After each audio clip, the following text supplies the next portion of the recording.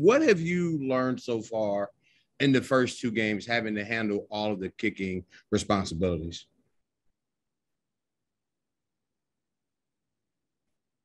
This is something I prepared for ever since I started kicking.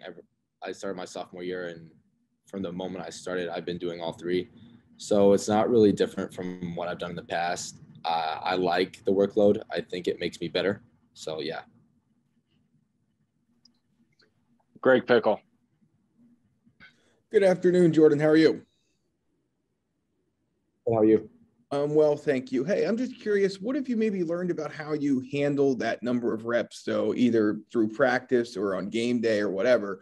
Coach had mentioned previously that they had talked to some, I believe he said it was national kicking gurus about some of that stuff. So can you walk us through maybe over the course of your career, how you've prepared yourself to make sure you don't get too tired as the season goes on or things like that?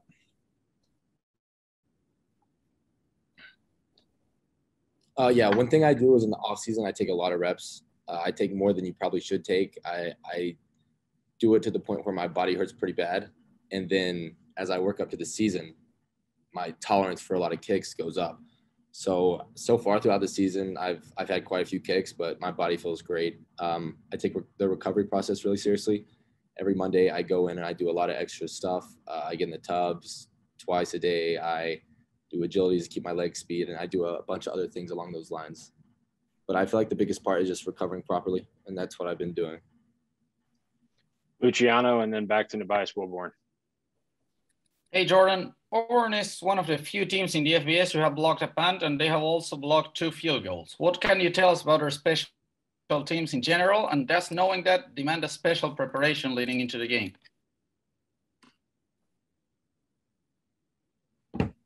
You broke out there a little bit at the beginning. Sorry, what'd you say? Yeah, I'll go again. Sorry. Auburn is one of the few teams in the FBS who have blocked a punt, and they have also blocked 2 field goals. What can you tell us about their special teams in general, and does knowing that demand a special preparation leading into the game? Did you say Auburn has? Yeah. Okay. Yeah. All we have to do is we have to have good protection, and I have to have a good op time. If we do that, then we're not going to have any problems. Tobias Wilborn. All right, Jordan. I mean, you guys have TV and you guys see the Twitter. Obviously, I know a lot of you guys probably have seen this stuff with Coach Frank and the rumors. What does it say, one, that he gets constantly put in those conversations, and also what does it say that he's willing to address it with the leadership council and be transparent about it, it seems?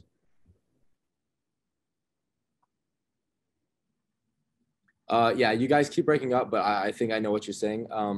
I think it's huge that Franklin is being transparent enough to meet with us about this that quick. But as of right now, we're focused on Auburn. We're focused on this season, and that's it. Greg Pickle. Jordan, on the couple of misses this year, either field goals or extra points, is there anything you can point to as something you've been able to clean up between the first 2 weeks and then heading into this week? Is there anything that jumps out at you from either an operational standpoint, or is it just simply the fact that, sometimes misses happen and that's what those were? Yeah, I think that's as far as it goes. I feel like Crystal's done a great job. Raphael Check has done a great job. It really comes down to me making my kicks, and I feel like I just had a little slip against Wisconsin, and I won't let that happen again. Elton Hayes. Hey, Jordan. The guy you just mentioned, Chris Stoll here. Your yards per punt average is off the charts right now. He's obviously plays a large role in that, getting the ball to you on time, on where it needs to be. What's it been like to have him long snapping to you? And it's kind of a position that kind of flies under the radar, but how important is it to have a long snapper who's efficient and how much easier does it make your job? Chris is the best in the nation. I'm not just saying that. He's almost perfect all the time. Long snapping's tough, man, because you go out there, you do your job every time, and he's literally been perfect this season. That helps me so much. And it's tough because if you mess up one time, then that's all people are going to see. It's almost like kicking. But, yeah, Chris has done a great job for us. He's one of my best friends on the team, and let's just keep that going. Greg Pickle, and then Tobias Wilborn. Jordan, we also have seen you, of course, handle the kicks inside of 40 that Jake Pinniger had in the past. During the offseason, I guess my curiosity is, did you have to do anything to improve those kicks compared to longer ones? I mean, obviously with the punts and the kickoffs, we just see you boom it. So is there anything for those of us that aren't kickers or specialists that you have to do differently to be more accurate and more consistent with those closer kicks? No, really, as a kicker, what you're supposed to do is every kick should be the same. So I should hit an extra point the same way I'm hitting a 65-yard field goal. Nothing should change in that aspect. Tobias Wilborn. Correct me if I'm wrong, but this would be your first time playing in a whiteout game, correct? Am I wrong? Am I breaking up? Correct me if I'm wrong. This is your first. First I whiteout think game. Playing in. I don't know what it is. Time. Technology is crazy, man. First whiteout game for you, and what types of things have you heard about it, and just how excited are you to have that experience, particularly against an SEC team? Yeah, this is my second whiteout game. I played against Michigan my first year here. So, I mean, it's an awesome experience. I can't wait for it, to be honest. And I think it's the most electric day in college football all year. Max Ralph. Hey, Jordan, thanks for your time.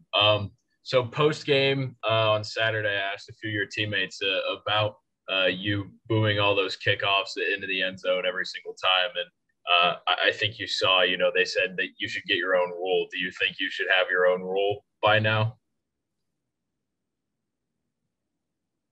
I think that'd be pretty cool if they changed the rules. It would make me a lot more valuable.